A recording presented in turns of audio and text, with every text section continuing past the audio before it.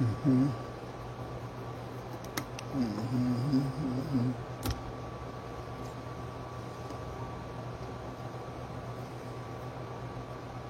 Uhum.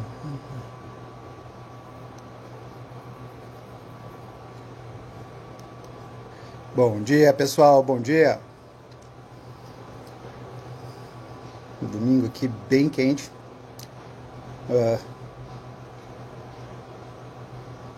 abafado, na realidade. Coisas da vida. Bom, hoje a conversa ela é uma conversa sobre formação, sobre educação e, em particular, sobre excessos. Ah,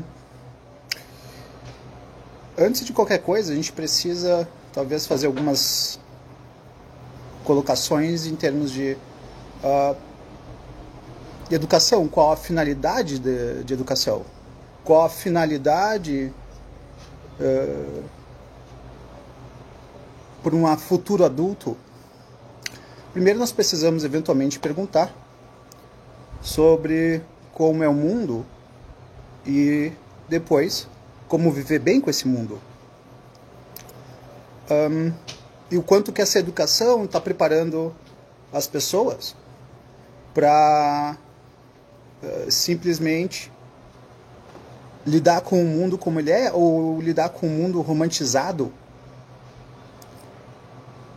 Porque o que eu vejo é muitas vezes situações em escolas, por exemplo, em que as crianças estão sendo passadas de ano sem ter condições para isso.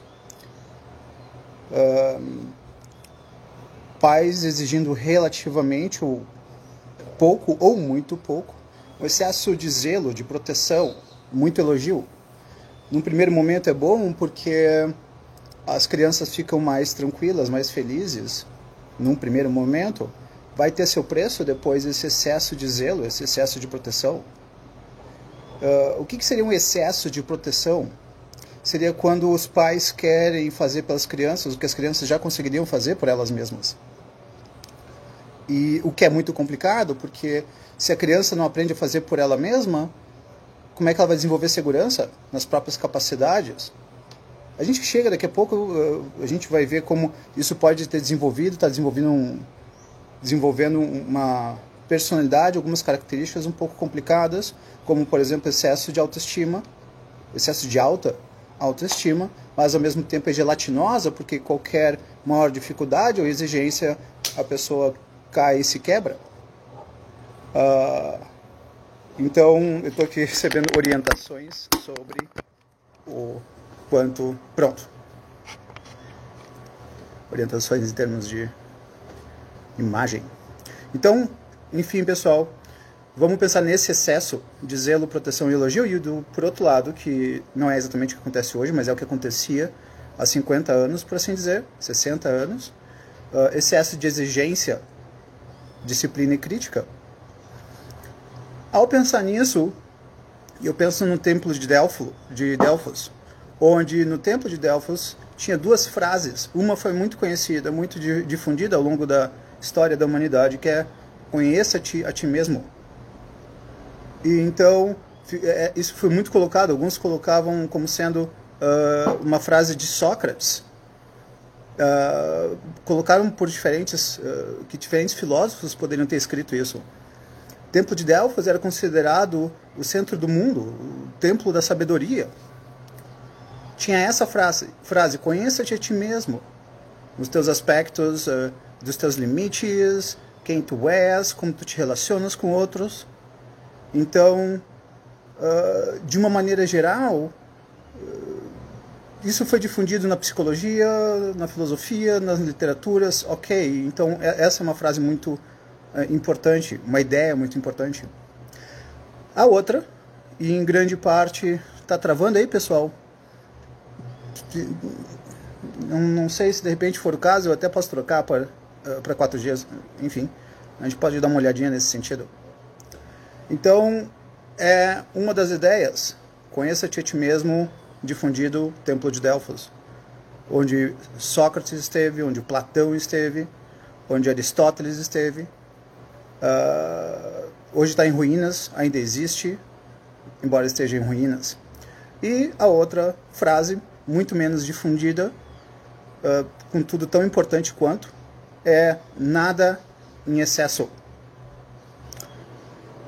Esse nada em excesso pode ser pensado em termos de ser um paradoxo, porque a hora que tu falas nada já é um excesso, mas enfim, não vale a pena entrar muito nesse mérito. A ideia seria que qualquer coisa que fosse boa, elevada ao excesso, se torna ruim. A gente pode brincar com a ideia de remédio. O remédio faz bem, se errar a dose faz mal. Então, o excesso é sempre um problema. Excesso de exigência pode ser um problema. A pessoa vai desenvolver características complicadas.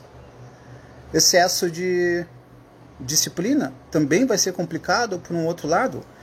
Então, o que a gente está falando é que essas duas ideias, conheça-te a ti mesmo, ótimo. Contudo, nada em excesso vai ser a base, talvez, de muitas das ideias que a gente vai colocar hoje. Então, o que é uma boa educação? É aquela que vai educar a criança, futuro adulto, adolescente, para lidar bem com o mundo como ele é. Como é que é o mundo? Ora, óbvio que essa pergunta é complexa, e enfim, se nós fôssemos falar sobre todos esses aspectos, a gente talvez fosse ficar aqui um ano todos os dias. Mas vamos fazer comparações de 3 pontos diferentes. O mundo há cerca de 60 anos, o mundo hoje e daqui a 60 anos. Claro que isso é tudo com base em uma ideia não exatamente super rigorosa, mas enfim. Há 60 anos, se tu te formasse numa faculdade, em grande parte a tua vida estava ganha. Há 60 anos, um casamento tendia a durar até o fim da vida. Há 60 anos, os relacionamentos internos, homem-mulher, homem-homem, mulher-mulher, eles eram mais duradouros. A ideia da mutabilidade, a ideia das certezas eram mais comuns. Há 60 anos, era meio óbvio que tu tinhas que fazer na vida. Escola, cresce, faculdade ou não, casamento, filhos, trabalho, envelhecer, morrer. Hoje, essas certezas, em grande parte, elas já não existem mais. Está muito complicado nós colocarmos hoje que com certeza a pessoa vai ter filhos. Não, hoje em dia a liberdade, os questionamentos, as vidas estão menos certas. Tem gente que não vai ter filho, tem gente que não vai ter neto. Um casamento pode começar e da mesma maneira que começou, alguns meses depois, alguns poucos anos depois ele acaba, então não tem mais a certeza que havia há 60 anos. Os relacionamentos estão mais flexíveis, menos certos, menos seguros. Contudo, isso é muito importante, mais saborosos. A vida está mais saborosa, em grande parte porque a liberdade foi aumentada. Sobre todos os aspectos, as mulheres estão praticamente, não vou dizer absolutamente, mas está cada vez mais com os mesmos deveres e direitos dos homens. Não dá mais para nós exatamente dizermos que existe uma psique masculina e uma psique feminina, porque homens e mulheres estão muito diferentes, eram muito diferentes, e hoje, por causa da cultura, estão bastante similares. Eu não quero usar a expressão igual porque é exagero, porque tem toda uma parte biológica por trás. Homem e mulher estão cada vez mais parecidos, no sentido de que estão inclusive com os mesmos deveres, sustentar a casa, estudo, fazendo as mesmas coisas. Homens e mulheres são, intelectualmente falando, iguais. Então, o mundo de hoje é muito diferente do mundo de 60 anos. E o mundo daqui a 60 anos certamente vai estar mais diferente. O mercado está mais competitivo. Não basta apenas uma faculdade. Nós precisamos de uma faculdade, uma pós-graduação, 2 pós-graduações. Nós precisamos falar português bem, inglês é praticamente tão necessário hoje quanto o português, e, quiçá, espanhol. A competição está aumentada. Nós temos a ideia de aumento de informação, nós somos bombardeados constantemente com informação. A necessidade de adaptação está aumentada. Profissões estão diminuindo a necessidade de profissionais. Antes, seria necessário quantos médicos para ler imagens, PET scans, tomografia, ressonância, e agora com as máquinas cada vez mais novas, quantos precisam? Uma das perguntas que eu faço, eu não trabalho com a ideia de vocação, teste vocacional, porque, enfim, não é em grande parte a minha ideia nesse sentido. Mas uma das perguntas que eu faço para as pessoas acaba sendo: você acha que essa profissão que você quer vai existir daqui a 40 anos ou 50 anos? Porque em grande parte é possível que não exista. E tu estás te formando por uma coisa que não vai existir. Não é uma questão de certo e errado, é apenas o mundo como ele está. As empresas que não se adaptaram faliram. Os profissionais que não se adaptaram estão tendo que trabalhar em outras áreas e muitas vezes mal, porque não se prepararam. Não vou nem falar da pandemia em particular e a questão da adaptabilidade que se tornou muito mais exigida. Há 1 ano e meio, vamos ser mais específicos, nem 1 ano e meio, há 14 meses, 15 meses, quem é que ia imaginar que nós estaríamos nessa situação? Então, a adaptabilidade é uma necessidade da humanidade, sempre foi, sempre vai ser. E hoje, talvez mais do que nunca. Então, esse é o mundo de hoje e nós podemos esperar que, nesse sentido, esses aspectos vão ser mais exigidos no futuro. E a pergunta é: em que medida que a educação atual está preparando as crianças, os adolescentes, para este mundo? Vamos educar as crianças sem puni-las. A criança que nunca é punida por coisas erradas que ela faça, o efeito acaba sendo que ela não sabe lidar com frustração, com rejeição, com o fato de que ela erra e o mundo pune quando nós cometemos alguns erros. Mas não, isso não é colocado na educação em grande parte. Hoje em dia não vamos frustrar as crianças, não vamos dizer não vamos exigi-las.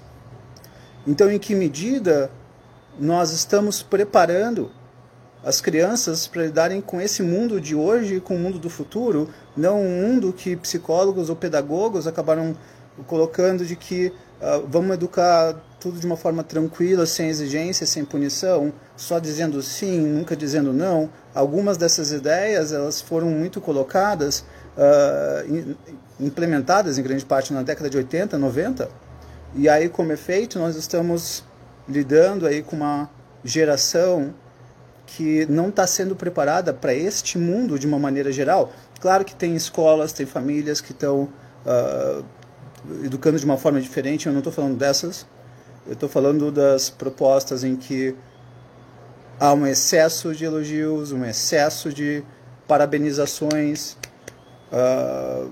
pouca exigência, pouca punição. E quando eu falo punição, eu quero ser bem específico. Por punição, tem uma punição que eu passava quando eu era criança, e bastante bem adequada, que era escrever 30 vezes a mesma coisa. Vai ver que é por isso que a minha letra continua horrível. Mas, então, eu vou respeitar os mais velhos. Escrever 30 vezes isso há 35 anos era horrível, mas bastante necessário. Então era uma punição. A punição de tirar alguma coisa que a criança goste, na medida em que ela não fizer o que ela tem que fazer. Tem nada a ver com bater, tem nada a ver com coisa alguma nesse sentido. É apenas punições normais que ajudam. Se você for mal na escola, se você repetir de ano, você vai perder determinada viagem. Fora a própria punição em si, de ver seus colegas avançando e você não. Então, as punições podem ser saudáveis. Elas não precisam ser colocadas necessariamente como uma coisa ruim. Elas podem ser saudáveis, sim. E, inclusive, auxiliando, se um profissional não faz bem o seu trabalho, ele é demitido.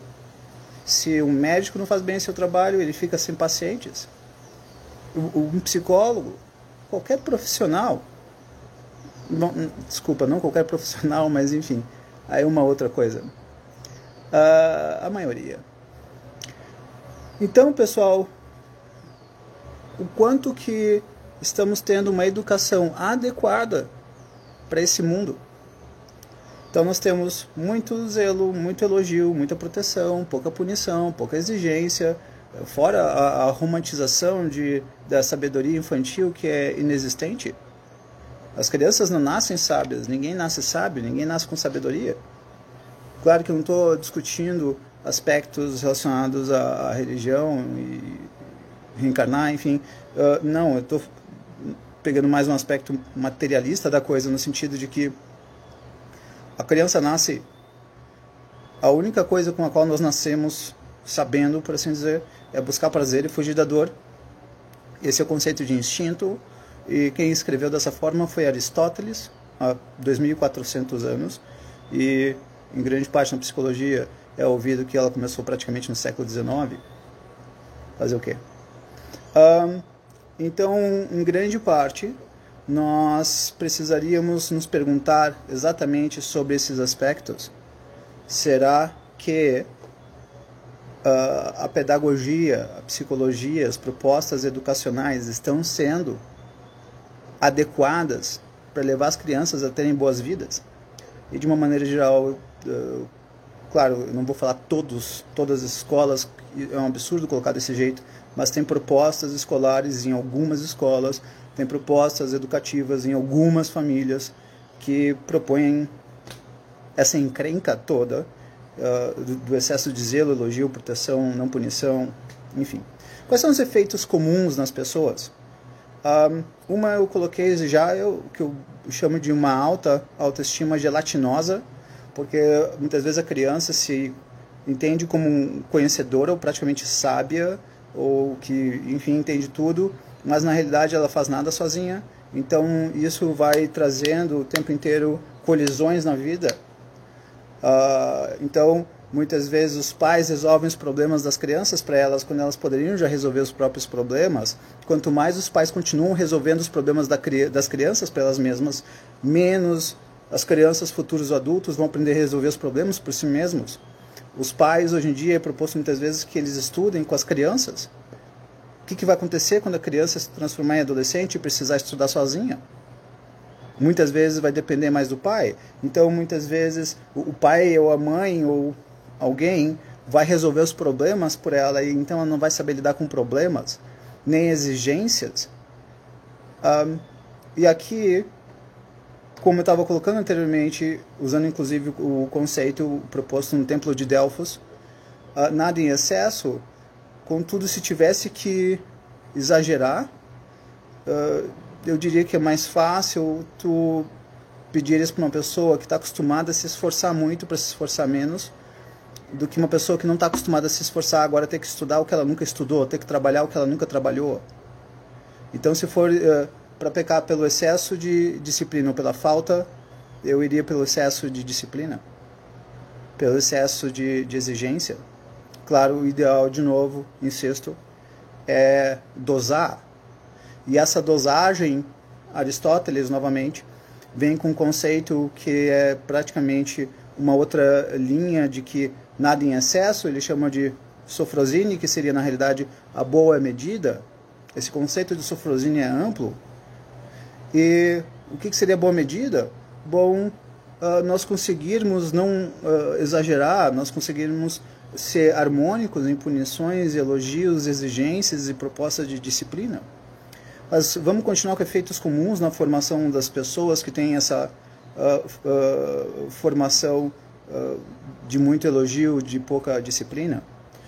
Um outro aspecto acaba sendo que a pessoa muitas vezes vai acabar sendo excessivamente individualista, no sentido de que só ela se importa, ela não vai ser exigida a ajudar outras pessoas, ela não vai ser demandado isso.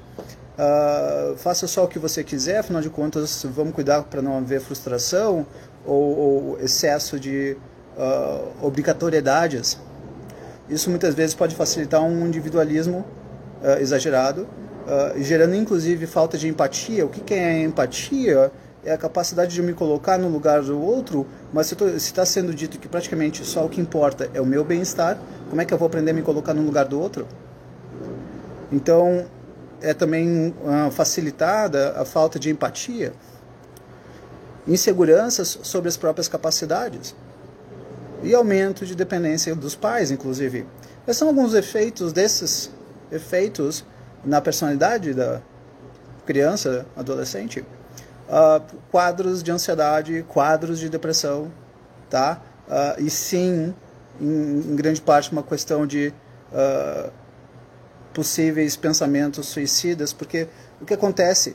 Se o mundo está mais difícil, eu estou educando uma criança para lidar com o mundo, que seria mais fácil, quando ela vai lidar com o mundo, ela não está preparada, para lidar com as exigências, e tudo que ela vai tentando ela não consegue, porque, enfim, ela não aprendeu.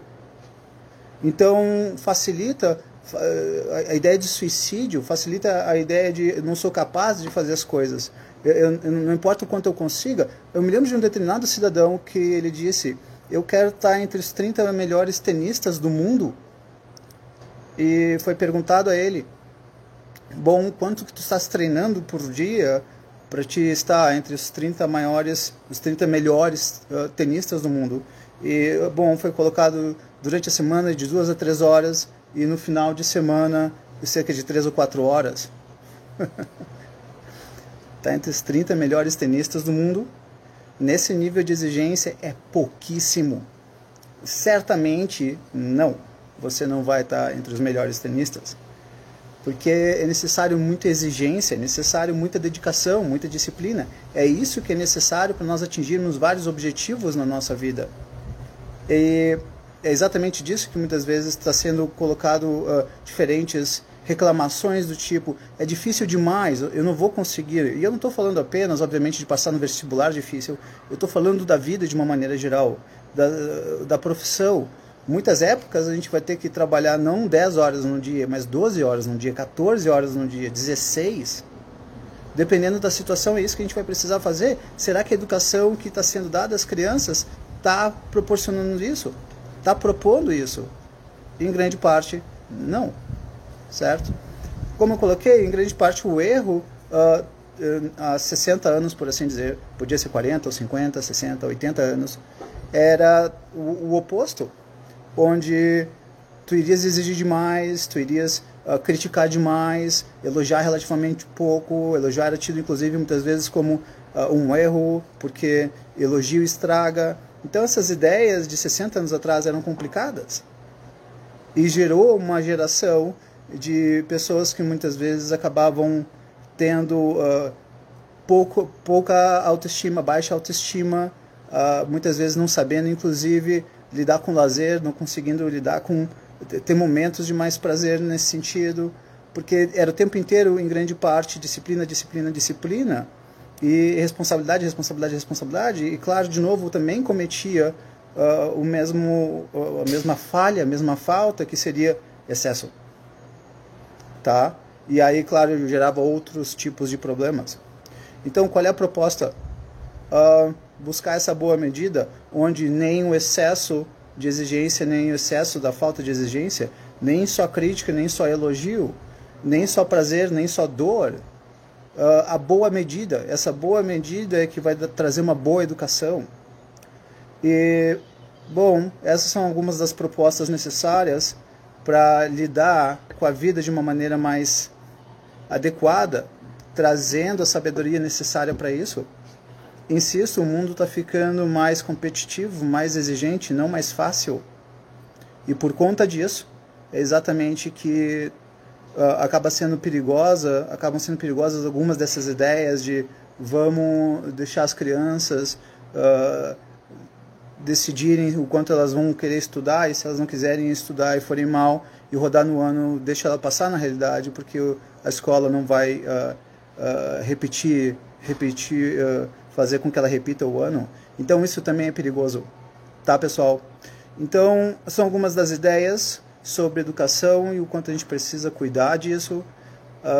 Eu tenho visto muito em consultório, isso não está acontecendo hoje especificamente, tem acontecido já há cerca de 30 anos, por assim dizer. Então é muito comum nessa geração essas dificuldades, inclusive facilitando inseguranças, ansiedade, depressão e, infelizmente, aí também suicídio. Tá? Então, justamente como um fator para nós evitarmos ou prevenirmos isso dentro do possível, seria a boa medida em termos de exigência. E como em grande parte era a colocação no Templo de Delfos e o próprio Aristóteles, a ideia era: vamos focar, vamos tentar a boa medida, buscando não exagerar, buscando não cometer o erro do excesso. E lembre-se, então, no próprio Templo de Delfos, o conheça-te a ti mesmo como uma fonte de meu lugar no universo, o quão pequeno eu sou, ao mesmo tempo quão grande eu sou para mim nesse sentido, quais as minhas medidas, o que eu de fato sou capaz de fazer, o que eu não sou muito capaz de fazer. Então, enfim, conheça-te a ti mesmo. E, por outro lado, além disso, a ideia do nada em excesso ou a proposta de Aristóteles. Tá, pessoal? Então, espero que tenha auxiliado para algumas reflexões essas ideias. E são preocupações necessárias. Infelizmente, nós temos que ter essa constante atualização. Será que eu estou exigindo demais? Será que eu estou exigindo de menos? Uma coisa é certa. Uma boa educação é preparar as crianças para lidar com o mundo como ele é, não como nós fantasiamos como ele deveria ser. É necessário, sim, disciplina, exigência, se esforçar e continuar mesmo cansado muitas vezes, mas, de novo, tudo isso dentro de uma boa medida. Tá ok, pessoal? Então, agradeço a presença de vocês, espero que curtam bastante o domingo e, enfim, até a próxima. Grande abraço, pessoal. Tchau, tchau.